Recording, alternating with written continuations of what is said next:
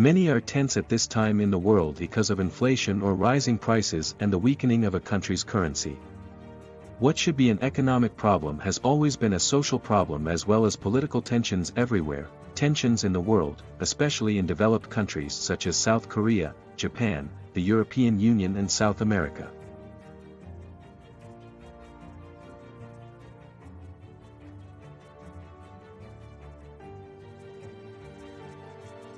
Previously, African and Latin American countries had been badly affected by inflation because of the increasing chaos that caused governments in various worlds to intervene, governments that cared about the people, of course.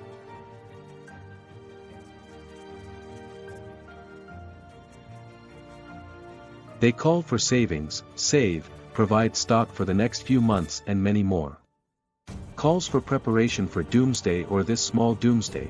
But in some countries the officials are calm, just saying there will be problems ahead but there is no solution, there is no appeal. Even officials who are good at dealing with all things say they don't believe that the prediction in 2023 will be a recession because America is still a strong economic country.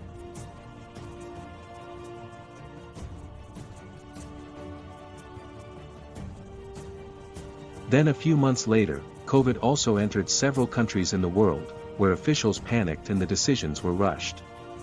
Indeed, we know the characteristics of the current state, which is that if there is nothing, underestimate after the overestimate incident and be calm because everything has been prepared and readable.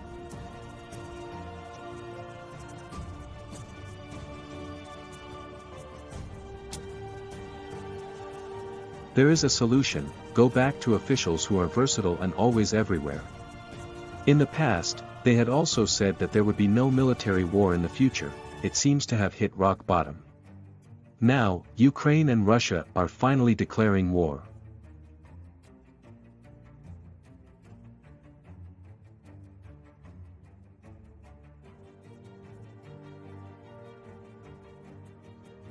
Part of the world military wars have occurred and will increase military tensions in the next year. Still can't believe it's also not sorry if you can just remind that a month before the Ukraine war where Russia invaded Ukraine, some world observers have said that they are just ready to attack Ukraine, and even the video team in the narrative, there is screenshot evidence that says hurry up and keep the news up.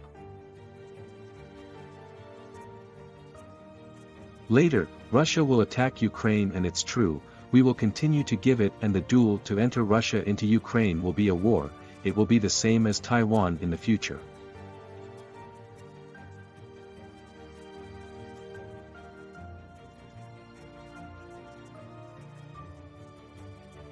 Observers say that China will definitely take Taiwan. Definitely, both militarily and non-militarily. Basically, Taiwan has not declared itself independent and has not yet become a complete country, where China still considers Taiwan to be a province. China will carry out Ukraine so that the Taiwan problem is a domestic problem for China.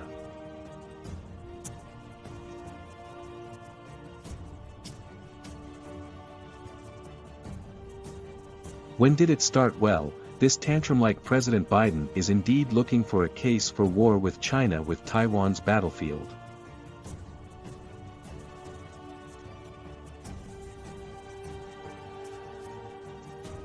Well, and have made things right now with the digital war. The chip war has started to be carried out by America, and every last week in China a large number of semiconductor chip experts resign from China, where almost 70% of the professionals are executives and engineers are American citizens. Their resignation was because they received a warrant from President Biden which said to resign and return to America, or they would be stripped of their American citizenship overnight. Thousands of executive and engineering professionals resigned and returned to America.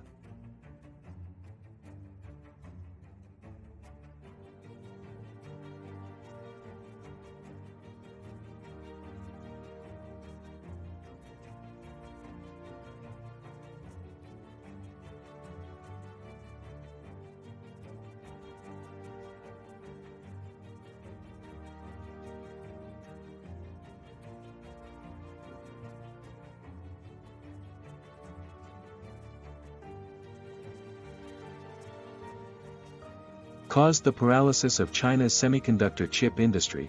President Biden did this because the chips that China made were supposed to be made for the American Javelin and Stinger missiles, which American intelligence said that the semiconductor chips had also been sent to Russia. What was later the American Javelin and Stinger missiles, are now out of stock. It can be produced again without stock because there are no semiconductor chips. The solution is that America plans to take semiconductor chips from Taiwan. Well, this is what makes Xi Jinping angry.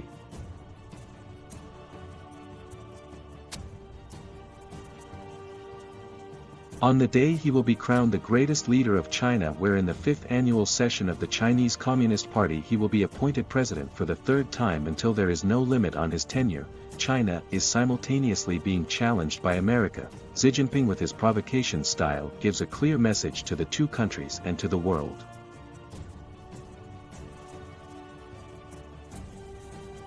First, on the issue of India's border with China in the valley of Galwan, the commander of the Chinese border in Galwan, was especially present at the event with 2,000 Communist Party delegates at the party summit, Xi Jinping several times said.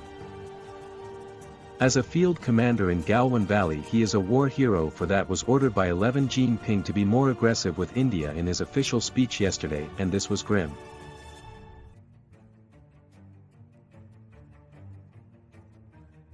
The dispute over the border of the Galwan Valley was revived by the Xi Jinping minor war, which left more than 20 Indian soldiers and 4 Chinese soldiers dead, and was rekindled by Xi Jinping.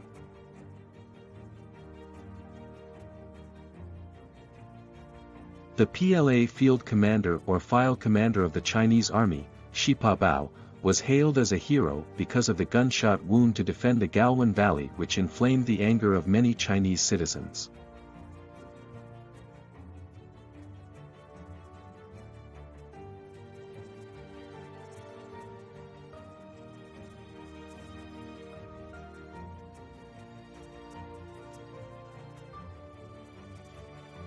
Shipa Bao continued to propagate this, in addition to attending as a delegate at the coronation ceremony of Xi Jinping as China's 3rd president. He was also portrayed as carrying the torch for the Winter Olympics in February last year before the Ukraine war as part of the Chinese propaganda media for China's rights in the Galwan Valley.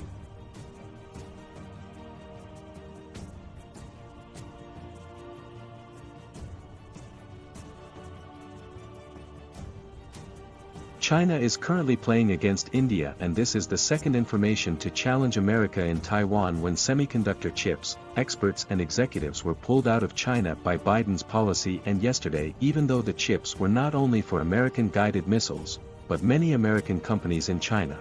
Those who need chips, like Apple Incorporated, are at a loss. This is President Biden's fault for the umpteenth millionth time. Actually, this is a moral message for us citizens of the world. Later, if we want to choose a leader, don't look for a leader, don't be incompetent and don't be grumpy. Stretch out. These are American chips made in China. Stopped overnight, the loss was not only China, said Russia, but also Apple, General Motors, like that, which also has a factory in China and relies on these chips. The company defends the American industry, which was destroyed in an instant. America itself lost on the Javelin, and the Stinger ran out of stock for in Ukraine. Also make the war in Taiwan. America will run out of ammo or ammunition. The war in Ukraine should not be over soon because they run out of ammunition. That's why observers say China will definitely take Taiwan. China must immediately take Taiwan, where Taiwan, as the producer of 70% of the world's semiconductor chips, must be taken by China in return for what they did to China. Looking at the world with an emphasis on what and who benefits.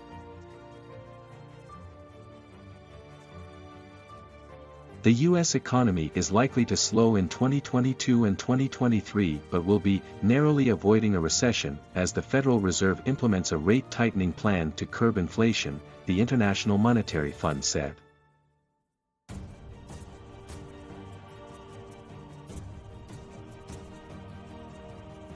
The policy priority now must be to slow wage and price growth rapidly without triggering a recession, the IMF said in a statement Friday. This will be a complicated task, as global supply constraints and domestic labor shortages are likely to continue, and the war in Ukraine creates additional uncertainty, he said.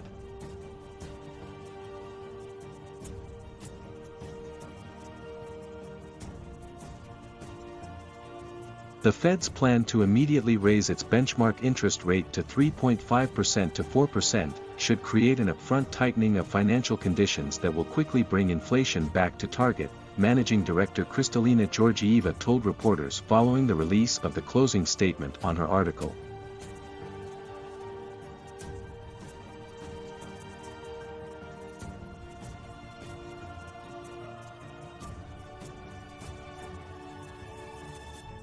Consultation 4, the IMF's assessment of the country's economic and financial developments after meetings with parliamentarians and public officials.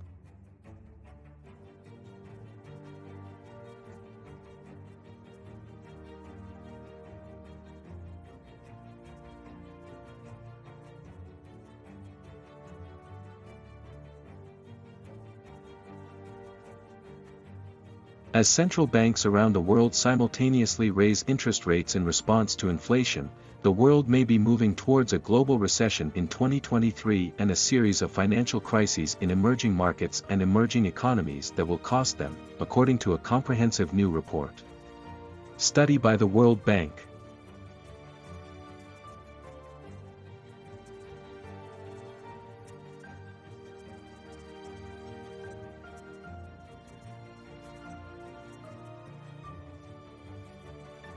For the pandemic.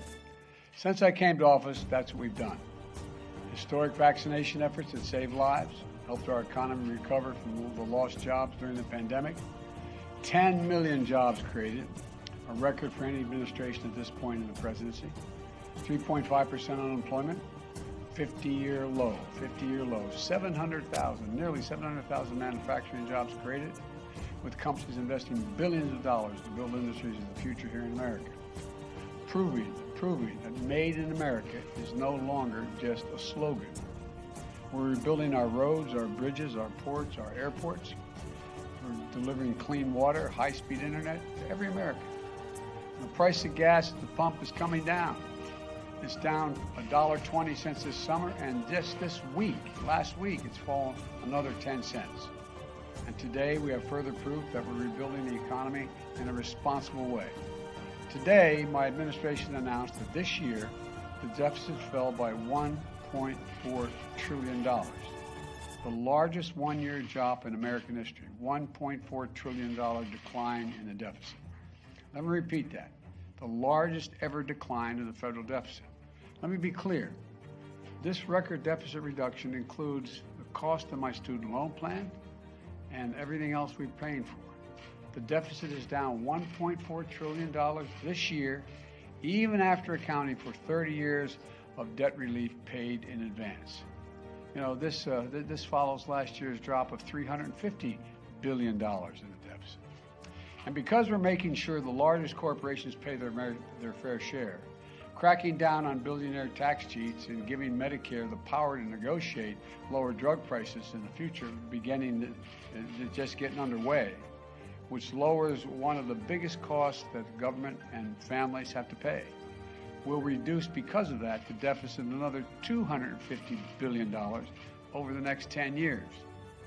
You know, we're going from historically strong economic recovery to a steady and stable growth while reducing the deficit. Building an economy where everyone does well, where the poor have a ladder up, the middle class does well, and the wealthy do very well. They're not hurt by it. And this is the economic vision I've had for America and the reason I ran, one of the reasons. Republicans in Congress have a very different vision. Now listen to me closely. Congressional Republicans love to call Democrats big spenders. And they always claim to be for less federal spending. But let's look at the facts. The federal deficit went up every single year in the Trump administration. Every single year he was president. It went up before the pandemic. It went up during the pandemic. It went up every single year on his watch, the Republican watch. In fact, in 3 years before COVID hit, the deficit ballooned by another $400 billion. They're the facts. One big reason for that is Republicans voted for a $2 trillion tax cut, a Trump tax cut, which overwhelmingly benefit the wealthy and the biggest corporations. That racked up the deficit significantly. On my watch, things have been different. The deficit has come down both years that I've been in office. And I just signed legislation that's we're going to reduce it even more in the decades to come. Now, Republicans in Congress are doubling down on their commitment to explode the deficit again. Just this week, it's hard to make this stuff up. Just this week, Republican leaders said if they get their way, they're going to extend the Trump tax cuts, which are due to expire in a couple of years. Extend them. They said they'll repeal the corporate minimum tax of just 15% that I just signed into law. 15%. They'd allow the largest and most prosperous corporations in America to go back to paying zero in federal income tax, which 55 of them did in 2020. They said they'll repeal the lower prescription drug cost, and it will take effect next year. These major reductions in drug costs don't really kick in until next year. If Republicans repeal it, it's going to raise costs on to millions of seniors, and the cost of the federal government will be billions of dollars. Put it all together, the Republican plan would add about $3 trillion to the deficit. $3 trillion. That's their plan. That's what they did under my predecessor, and that's what they intend to do again. Adding another $3 trillion to the deficit is reckless, it's irresponsible, and it would make inflation worse. For Americans, the deficit could not be clearer. We don't have to take my word for it, what they're for. They've laid out a plan and they laid out very clearly. Congressional Republicans say, and you all know this, their number one priority is to repeal the Inflation Reduction Act. Now here's what that means. If they get their way, the power we just gave Medicare to begin to negotiate lower prescription drugs goes away, gone. If they get their way, the $2,000 cap on prescription drug costs, which takes effect next year, maximum any senior would have to pay no matter what their drug costs are, would be $2,000, goes away, gone. The $35 a month cap on insulin, which takes effect next year, folks on Medicare, gone. The savings on health care premiums of $800 a year for millions of Americans under the Affordable Care Act, gone. And of course, they're still determined to repeal the Affordable Care Act, which means an end to the protections for tens of millions of people who cannot afford health insurance because they have a pre-existing condition. Let's remember that. We're talking about millions of people will lose their health insurance because they do not have a way to get it because they have a pre-existing condition. That's gone as well. And they're doing everything they can to get gas prices. We're doing everything we can to keep gas prices down. The Republicans are against it all. And it's all part of the trickle-down mentality that says it doesn't matter what's happening on Main Street as long as Wall Street's feeling good. One more thing. If you're worried about the economy, you need to know this. The Republican leadership in Congress has made it clear. They will crash the economy next year by threatening the full faith and credit of the United States for the first time in our history, putting the United States in default unless we yield to their demand to cut Social Security and Medicare. You heard that one, right? You all heard them say that. That's what they're saying. Let me be really clear. I will not yield. I will not cut Social Security. I will not cut Medicare, no matter how hard they work at it.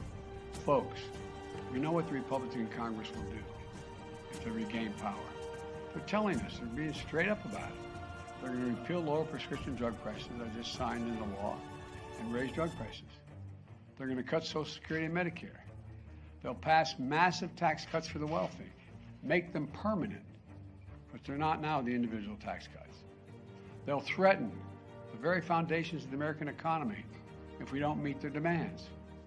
And they talk about inflation. Everything they proposed or are proposing will make inflation worse. Everything they're proposing will make inflation worse. Let me close with this. Over the last few years, we faced some of the most difficult challenges in our history, both at home and abroad. But we're making real progress. We just have to keep going. I know we can. For everything we've been through, I've never been more optimistic about America's future. We just have to remember who we are. We're the United States of America. There's nothing beyond our capacity. And we're better positioned than any other country in the world to get through this difficult period. Inflation's worse all around the world. So keep the faith. Keep the faith. And God bless you, and may God protect our troops. And I want to say one more thing, actually. You know, and I don't blame you. You want to ask me about the midterms. And here's what I think. It's been back and forth with them ahead, us ahead, them ahead, back and forth. And the polls have been all over the place. I think that we're going to see one more shift back to our side in the closing days. And let me tell you why I think that. We're starting to see some of the good news on the economy. Gas prices are down sharply in 46 of the 50 states because of what I've been doing. We're moving in the right direction. There's more to come.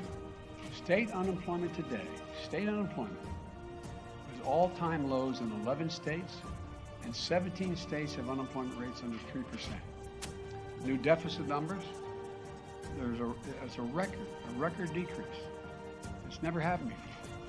The election is not a referendum, it's a choice. It's a choice. And the Republicans can criticize my economic record, but look at what I've inherited and what I've done, and look at what they're offering. They want to double down on the Trump tax cuts for the wealthy, make them permanent because they're going to expire in 2025. They want to send jobs overseas, where big corporations can, in fact, pay lower wages and increase their profits.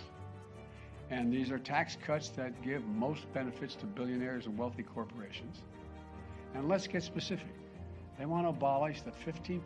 15%, what a terrible thing to ask a corporation to pay. 15% tax that I insisted that those 55 corporations that made $40 billion and didn't pay a red cent.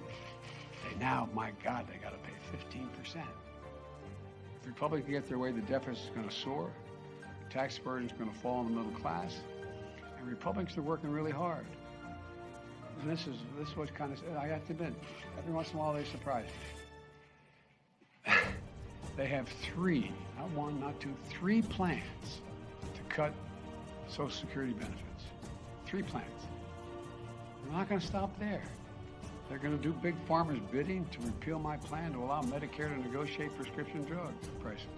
We pay the highest in the world. And doing so, it's going to raise drug prices. And they're going to raise big pharma's profits. They're doing fine, big pharma. They're not hurting at all. And they're going to raise your health insurance premiums. It's mega trickle down. Mega trickle down. The kind of policies that have failed the country before, and will fail it again. It'll mean more wealth to the very wealthy, higher inflation for the middle class. That's the choice we're facing. That's why I think that we're going to do just fine. Thank you. Mr. President, speaking on the debt ceiling, do you support the permanent repeal of the debt ceiling, sir? Permanent repeal of the debt ceiling? What do you mean? Yes. You mean just say we don't have a debt limit? No debt. No. That'd be irresponsible. on Ukraine, Mr. President, speaking of midterms, you have the Speaking of means and the midterms, will last to night continue you said- supporting Wait, Ukraine. let's get one at a time, okay? Thank you, sir. So you heard the Republicans. You have the means and the will to continue supporting Ukraine. Yes, because if we supported Ukraine, we're supporting all of Europe. We're supporting NATO. Do you think that Mr. Putin decides he's just going to deal with Ukraine and that's the end of it? No. I don't understand the threat that they're saying they may have to stop funding the Ukrainians in their war against this brutal dictator. Yes, last one. on the midterm, sir, last night you said you need 53, not 51 votes to pass your agenda. I'm just Were you getting referring- greedy. What did you mean by that? Were you referring to Manchin and Cinema? No, I just think the more we have, the more certain. 51 just gives me one more. I'd like to have 3 more. Make it a lot easier. Thank you very much. Thank you very much. Thank you very much. Thank you. Thanks.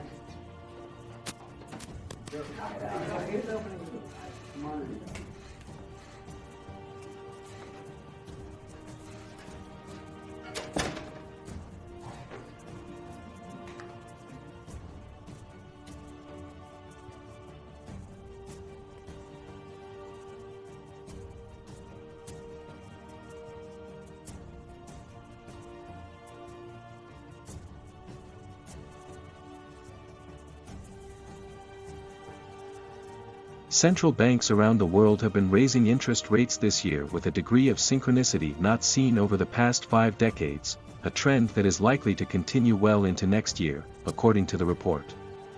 Yet the currently expected trajectory of interest rate increases and other policy actions may not be sufficient to bring global inflation back down to levels seen before the pandemic. Investors expect central banks to raise global monetary policy rates to almost 4% through 2023, an increase of more than 2 percentage points over their 2021 average.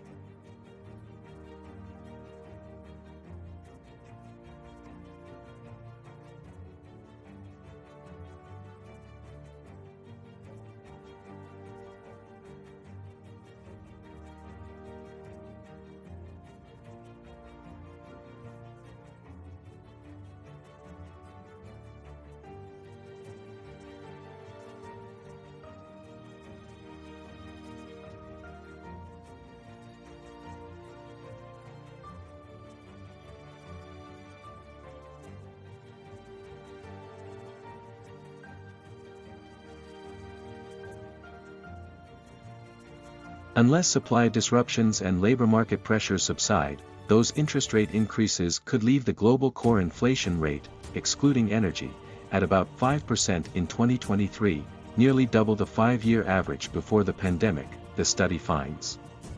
To cut global inflation to a rate consistent with their targets, central banks may need to raise interest rates by an additional 2 percentage points, according to the report's model.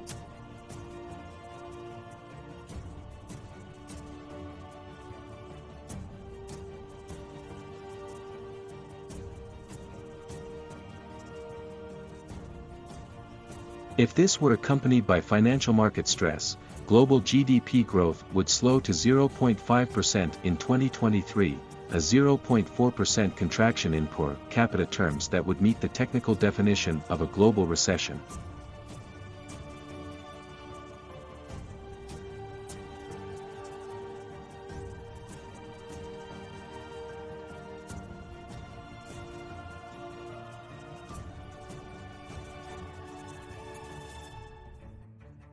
Global growth is slowing sharply, with further slowing likely as more countries fall into recession. My deep concern is that these trends will persist, with long-lasting consequences that are devastating for people in emerging market and developing economies, said World Bank Group President David Malpass. To achieve low inflation rates, currency stability, and faster growth, policymakers could shift their focus from reducing consumption to boosting production.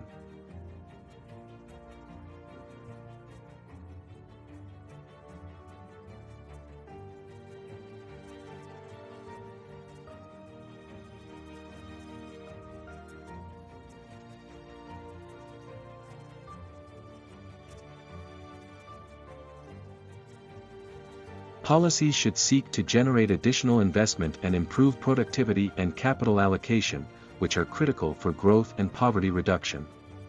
The study highlights the unusually fraught circumstances under which central banks are fighting inflation today. Several historical indicators of global recessions are already flashing warnings. The global economy is now in its steepest slowdown following a post-recession recovery since 1970.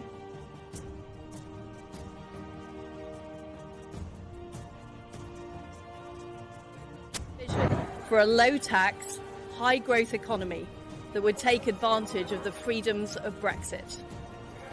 I recognise, though, given the situation, I cannot deliver the mandate on which I was elected by the Conservative Party. I have therefore spoken to His Majesty the King to notify him that I am resigning as leader of the Conservative Party. This morning I met the chairman of the 1922 committee, Sir Graham Brady. We've agreed that there will be a leadership election to be completed within the next week. This will ensure that we remain on a path to deliver our fiscal plans and maintain our country's economic stability and national security. I will remain as Prime Minister until a successor has been chosen. Thank you.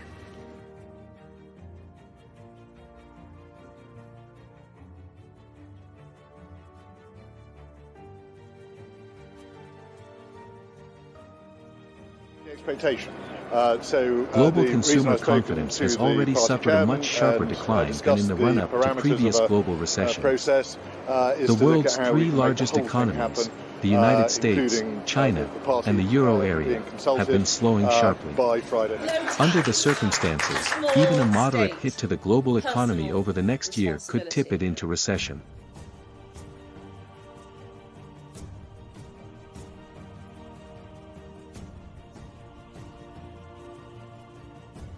Are you stitching up the rules here to keep Boris Johnson off the ballot, and would you be quite happy with one person going forward and no membership stage? The study relies on insights from previous global recessions to analyze the recent evolution of economic activity and present scenarios for 2022 to 24. Mr. Speaker, A slowdown, such that the one now underway, typically calls for counter-cyclical policy to support activity. However, the threat of inflation and limited fiscal space are spurring policymakers in many countries to withdraw policy support even as the global economy slows sharply.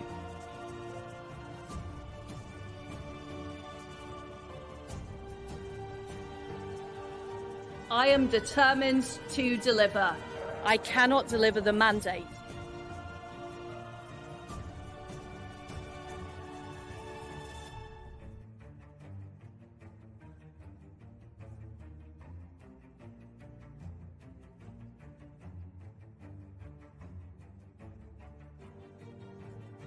The experience of the 1970s, the policy responses to the 1975 global recession, the subsequent period of stagflation, and the global recession of 1982 illustrate the risk of allowing inflation to remain elevated for long while growth is weak.